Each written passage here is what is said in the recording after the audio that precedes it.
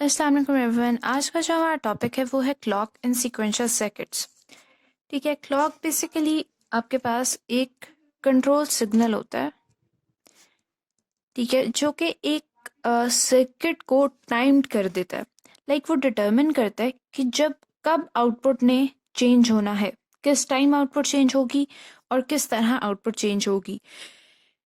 अब जब एक सर्किट में क्लॉक आ जाए ना, एक क्लॉक सिग्नल भी एंटर हो जाए इनपुट वाली साइड पे, तो वो सर्किट जो है वो सिंक्रोनाइज हो जाता है और उस सर्किट के जो आउटपुट्स हैं वो एक रैंडम मैनर में चेंज नहीं होते, वो एक सीक्वेंशियल मैनर के अंदर चेंज हो रहे होते हैं depending upon the control signal.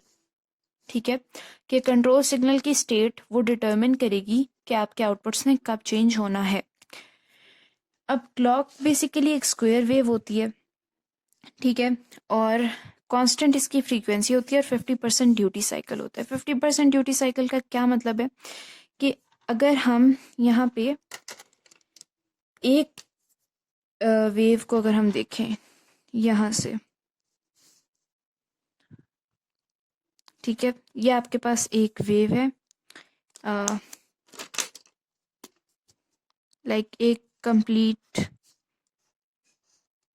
Cycle को, ठीक है। अब ये बेसिकली हमारे पास टाइम पीरियड है, ठीक है। 50% ऑफ द टाइम के लिए हमारा जो क्लॉक सिग्नल है वो हाई स्टेट पे रहता है और 50% ऑफ द टाइम के लिए हमारा क्लॉक सिग्नल जो है वो लो स्टेट के लिए रहता है, लो स्टेट में रहता है, ठीक है। तो इसीलिए जितने टाइम के लिए वो हाई स्टेट में रह रहा है, ठीक है, उसको हम कह देते हैं कि ये 50% ड्यूटी साइकिल है सिग्नल का, कि 50% of the total time period में वो हाई स्टेट में रहता है और 50% के लिए लो स्टेट में। अगर हम कहेंगे कि 60% है ड्यूटी साइकिल, तो ये 60% ऑफ द टाइम के लिए हाई स्टेट में रहेगा और 40% के लिए लो स्टेट में।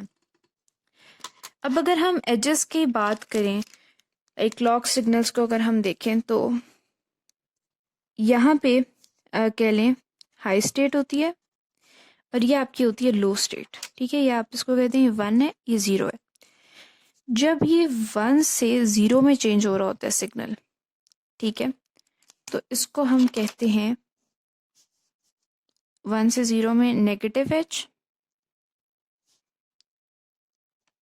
ठीक है, या हम इसको ये भी कहते हैं फॉलिंग एज, ठीक है।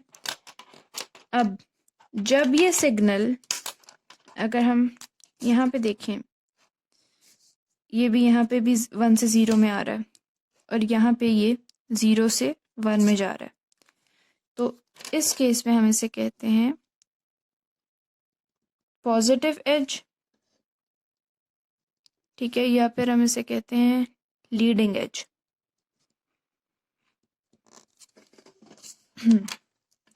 और अगर हम इसमें लेवल्स की बात करें तो ये है इसका हाई लेवल, ठीक है, ये है इसका लो लेवल। ओके, अब हम देखते हैं कि फॉर एग्जांपल ये आपके पास एक अदद एस आर लैच है, ठीक है, ये इसके आउट या कह लें एक सिक्वेंशियल सर्किट है आपके पास, और ये भी एक सिक्वेंशियल सर्किट है आपके पास।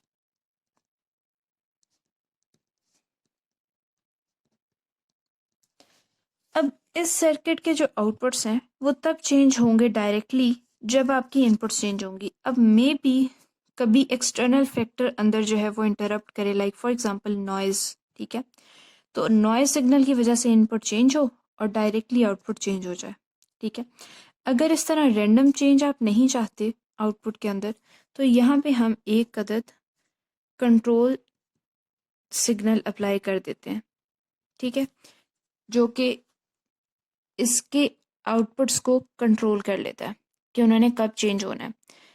यानी इसकी भी अगर हम कहें कि फॉर एग्जांपल अगर कंट्रोल सिग्नल 1 है तो जो है वो सर्किट इनेबल हो जाए, सर्किट वर्क करना शुरू कर दे, और अगर कंट्रोल सिग्नल 0 है तो सर्किट जो है वो ऑफ हो जाए irrespective of the combinations of S and R, या जो भी इनपुट्स हैं आपकी।